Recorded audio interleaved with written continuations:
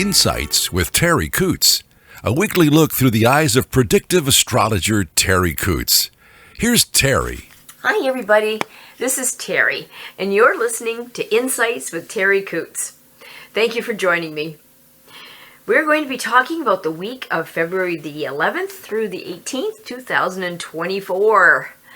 We still have a lot of Aquarian energy around us, and we're going to get even more by the end of this week. And be prepared, because as we've talked about in a couple of the previous podcasts, if you want to go and research some of the archived podcasts that Charlie O'Brien has graciously put up for us on the website www.terriworld.com, we've talked about this Uranus Aquarius energy, which is the great awakener, the time for change.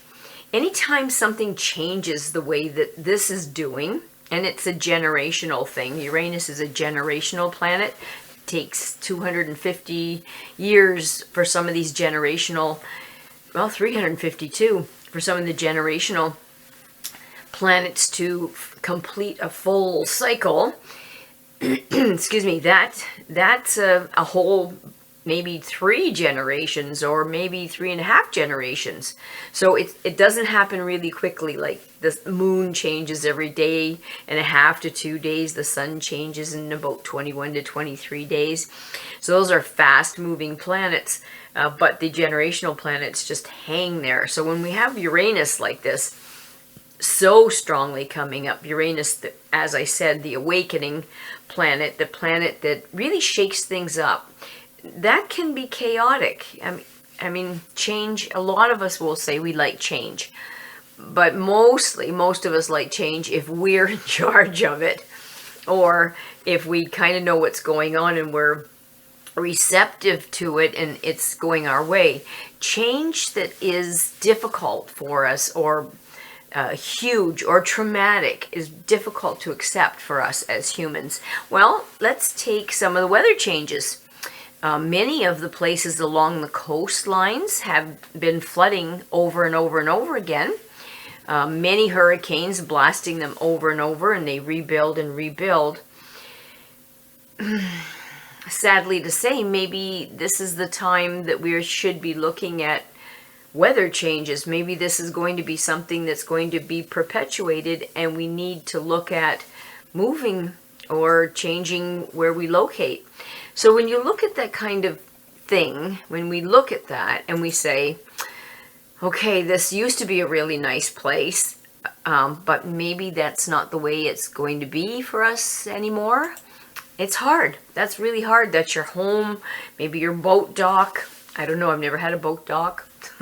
But these changes are profound, and we have to look at them. Even on my farm, I've noticed changes since I moved here. I've been in this area my whole life, but this farm since 1991, I'm noticing the rain is very different, and the puddles or the little lakes is very different than when we first moved here. So I have to look at it as a farm. I have to look at it for what it is, not what I want it to be, but what it is, where to plant, what to plant, how to plant, what changes we make. Even the seasons are changing. We used to plant at a certain time and harvest at a certain time. That's shifting. The ducks will tell you, the ducks are all breeding now. They shouldn't be. They're laying eggs. They shouldn't be. They're starting to get broody. They shouldn't be. The turkeys are all having turkey sex. They shouldn't be. I mean, this isn't the time to have baby chicks. I'm trying to tell them, but nobody's listening to me. So things are changing whether we like it or not. And I guess that our power will be in adapting to it, being flexible. So that's what Uranus is offering us, wrapped in that Aquarian energy. And then the creative ideas to think around it, to get good thoughts, to try to figure things out. So, for every door that closes, they open a window. So if they're opening a window, we might have to crawl through this. So Aquarius is still in the sun sign. It's still in Mercury, which is how we think, how we communicate. it will be moving in Venus from Capricorn to Aquarius on the 17th. And Mars, the planet of our drive, is in Capricorn still, but will be moving to Aquarius energy on the 14th. So that's going to be a lot of Aquarian energy. Now, it's very independent. Aquarian energy is very independent, likes to march to not just the beat of a different drum, but its own drum. So this kind of energy, just, expect that maybe people's personalities will reflect that independence or that need to do their own thing or get out there and maybe jog by themselves. So don't be hurt. Don't take it personally. It isn't meant to be personal. It's just the way the energy is right now. And be very careful, because when this is over our heads, some of our extremities can be a little bit more difficult to manage. That's in health. So we tend to maybe trip a little bit more. Ankles could be a little bit weaker than they would normally be. We have to look at possibly turning an ankle. Hold on to the railing. It won't hurt us to do something like that, just to be safe. I am being very careful, more careful than I normally am, just because it hurts when you fall. So I'm holding onto the railing. I'm watching where I put my feet when I go out walking with the dogs out in the bush. Sticks and holes and things, especially with this Aquarian energy, can tend to make us a little bit more, I'm not going to say unstable, but a little bit more vulnerable in our limbs. It even could turn like a wrist, not meaning to. So just watch it, kids. The beginning of the week, we may have some vulnerabilities in the head, the teeth, the tongue, even arteries. So if you're vulnerable in that area, if you can be proactive and you understand it, go ahead. Maybe look at something like that, if you get migraines, what could I do if I get migraines to prevent it or to not trigger it? If you normally don't have a good dentist care system, or you do have maybe a predisposition to abscesses, just keep an eye on that. It's not the greatest energy. I'm watching my animals too during this time. I don't give them really hard bones. This would be the time that maybe you'd get a slab fracture in one of the dog's molars, or why tweak the nose of the giant?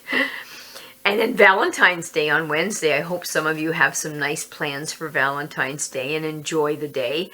I'm going to possibly take advantage of a heart-shaped pizza from Antonino's. My son works at Antonino's and might stop in and share a heart-shaped pizza with him.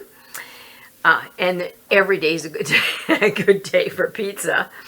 And then towards the end of the week, our vulnerabilities will be looking like it'd be neck and vocal cords, the throat, the thyroid gland. If you're vulnerable in that area, could give you some grief. Shoulders, arms, the hands, bronchial tubes, lungs. I'm already practicing for that. I can hear my voice getting silly as I move into these vulnerable areas. It is one of mine, so I can appreciate it in other people. The number 3 was given to us. So when we combine the number 3 for this week with where the planets are, we're looking at possibly being mentally alert. I would like to enjoy that for a minute. It supports creative minds, and it supports in that creativity being a little bit more original than we would normally think of ourselves, and our good imagination. And that imagination is so important, especially if we're going to work on things or projects. We can create that. It's the time where you just close your eyes, maybe in your chair, you got a steaming cup of tea next to you, and you just let your mind go. Just let it run through the pasture and see where it ends up. Boredom will not feel good.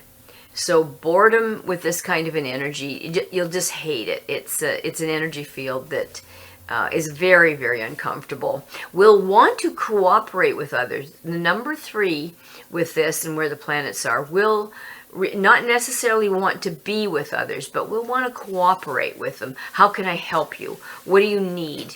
Can we do this together? We can get this done. I know it's a difficulty, but we'll get this done. So it's a good energy for that. And be careful. There's always weaknesses in everything. So we could be very critical of others. There's a pressure that's put on us and so just, it's not nice being judgmental or critical to their face or behind their back. It all hurts one way or another. I firmly believe that even if we speak badly in the form of maybe gossip or just entertainment, so many times our words have a vibration that carry on. And so our words matter, even if they're not meant for the other person's ears. It lands a vibration on us that we are now responsible for. So this is an energy field. Really keep an eye on that. If we're critical of others and we speak it, we could be contributing to that vibrational energy, and it could just perpetuate. Many of us will need to work freely and without restraints. I know that feeling. I don't like restraints. So if you are in an area that is restraining for you, it won't feel good. So just be prepared for that. We may have a little bit more tools in our toolbox to work better under stress with this energy above us. It does seem to be able to cope better, and it activates a lot of our mental energy. So it's a nice energy field. Number 3, with the way the planets are, offers some pretty good energy fields here. The animal that was given to us in this week, I won't call it an animal. It's actually a bird. It is an animal, but it's an avian. Is the red-winged blackbird. And actually, after it was offered to me, I heard one. I didn't even know they were out, but I guess they're back here. So it's an energy field that allows us to be in touch, or they are associated with omens and mysticism. That color, the black coloring, has long been associated with Archangel Uriel, and he's considered one of the tallest angels. And his eyes can see across eternity, so he would see omens and things coming. The red on the wings, red in very many cultures, has a very high value and very positive energy field in the Kabbalah. So that's a pretty powerful animal to be given to us in this next little bit. That red-winged blackbird energy will fly through your life, offering a feminine energy, that natural feminine force. It leans more on the feminine side. The male red-winged blackbird, it's a mouthful, can lose its luster in the wintertime, but it's a reflection of summer, that vibrancy, the vitality.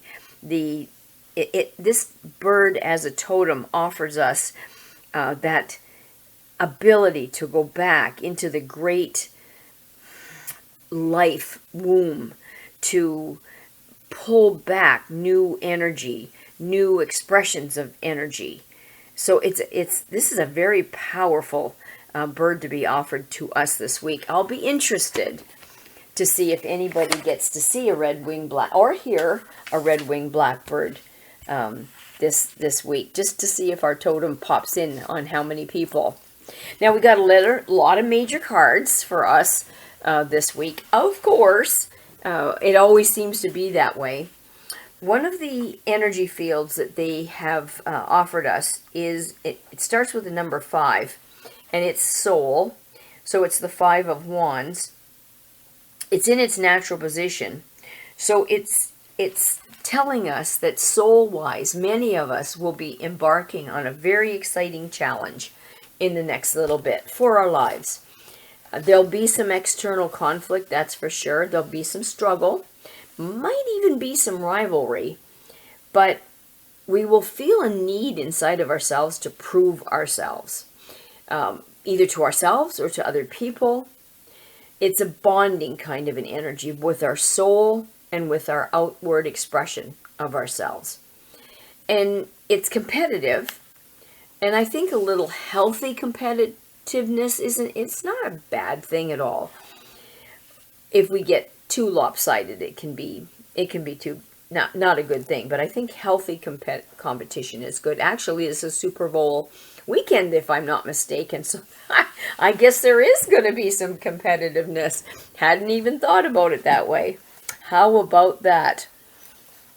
And this card as well, this is so cute, offers physical activity, and sports. Well, isn't that amazing? The things that they know. Active games, I guess you could say football is that. How about that? And honestly, I didn't make this up. I really didn't. If I could take a picture and show it to you, I would. So, with that energy, healthy competition, sports, active, I guess many of you, not all of us, but many of you will be engrossed in that. I think that's really, really unique. Now, the next card is a major card, and the way it's placed is offering us an opportunity to learn ourselves in what is it that you want. For us to know and to have a goal and to achieve that goal and create that goal and the energy that leads up to that goal, we have to know what we want. Now, the challenge is there's a block here. So there's a little bit of a block, and that blocked energy is just holding us back. That's all. Not trying to thwart us or make us fail. All it wants to do is just help us to think before we leap, I guess. Have that goal well thought out. Have your project well thought out before you go forward. Then magic happens. Absolute magic happens. The next one, as well, is a major card. And it's very much to do with psychic energy fields. So intuitiveness is going to be very, very strong for many of you. Now, in the position that it is, it's like, the light at the end of the tunnel, a light bulb moment going off, epiphanies. So some of you will be granted that. Beneficial changes, you'll see why things were happening, what was happening. There'll be a little bit better availability of clear thinking and being able to see things as they really are, not the way we want them. You know, when somebody says it shed light on the situation, that's what this is all about. Confusion ends. Hidden matters come to light. It's a good energy field as long as you haven't done things you want to keep hidden. Emotionally, this week should bring us joy. If you look at this last week and the weather, and if you had a chance to get out there in nature, I was so fortunate getting out in the bush with my dogs and just watching them careen around. They even jumped into the creek and swam all over the place, bringing me sticks to throw into the water. I don't know how they do that, but they were just running, having fun, and I absolutely celebrated nature with them. It was just so beautiful out there in a very different way. It's a winter way. Things aren't green. They're not full of color. They're drab, but in a beautiful drab way and in a quietness. Just stunning, absolutely stunning. So that gave me joy. So the beautiful week that we had last week, I'm not sure we're going to have this coming week, but they want you to squeeze as much joy out of it. The emotions that are supposed to be given to us this week are ours to find joy in. They're asking us to take care of our health this week. This week is a good week to look at what is it that makes me feel healthy. Everybody's different. Everybody's body metabolizes different. What they want us to do is look at your body. Do you feel better when you have oatmeal for breakfast, or would you feel better putting protein with the carb? What does your body like? Do you feel better if you have protein for breakfast as opposed to a donut and then get cravings and have a sugar drop, a crash? Look at your health. What's making you feel good and what's making you feel worse? This is the opportunity they're giving us this week. This is a really good one. It really gets to show you your patterns. On that note, I better let you go. I've taken too much of your time already. I would really like to thank Charlie for putting this up. Charlie O'Brien, the Big 8. He has put us on Spotify podcasts, Apple iTunes, Amazon Music, SoundCloud, YouTube. He will give me the link when he gets to it, and he's always right on time, more on time than I am. He created my website, www.terriworld.com, and he's also archived 4 or 5 of the last podcasts. So if you've missed any or you just need to revisit it, it'll be up there because of Charlie. So thanks, Charlie. And thanks all of you for listening. And if any of you have dogs that you want to have fun with, speaking of joy, we'll be starting the Canine Dancing with Dogs on February the 12th. That's a Monday. And if you can't make the first one, I'm sure that we could prorate that and get you in and get you caught up for the next. There's 5 of them, the next 4. Come and have fun. The music is fun. The dogs are fun. People have fun. It's just a nice winter reset, I guess I would say. So thanks again for visiting with me, and I hope you have a wonderful, joyful, healthy week ahead of you. If you need me for a reading or dog training, you can text or call 519-726-6699, or you can email me at terri.coutts@gmail.com. Thanks again, everybody. Have a wonderful week. Bye for now. Thanks for listening to Insights with Terri Coots. Visit Terri's website at terriworld.com. TERRI world.com.